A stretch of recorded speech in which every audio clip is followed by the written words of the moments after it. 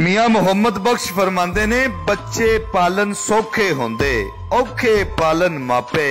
पिछली उम्रे इस नुक्ते दी समझ आ जांदी आपे। रोगां विचों रोग अनोखा जिसदा ना गरीबी, मुश्किल वेले छड़ जांदे ने रिश्तेदार करीबी। आसे आसे उम्र गुजारी चिल्ले खार हजारां, माली बाग ना वेखण देंदा आईयां जदों बहारां। सोनी शक्ल ते आशिक होना ए केड़ी वडियाई, आशिक बन तू उस सोहने दा जिस ए शक्ल बनाई। वीर वीरां दे दर्द वंडांदे वीर वीरां दियां बावां, बाप सिरां दे ताज मुहम्मद ते मावां ठंडियां छावां। जिस तन अंदर इश्क समाना ते फेर नी इसने जाना, भावें किसे दा सोना होवे पर असा नहीं यार वटाना। जिन्ना दुखां विच दिलबर राजी, सुख उन्हां तो वारे।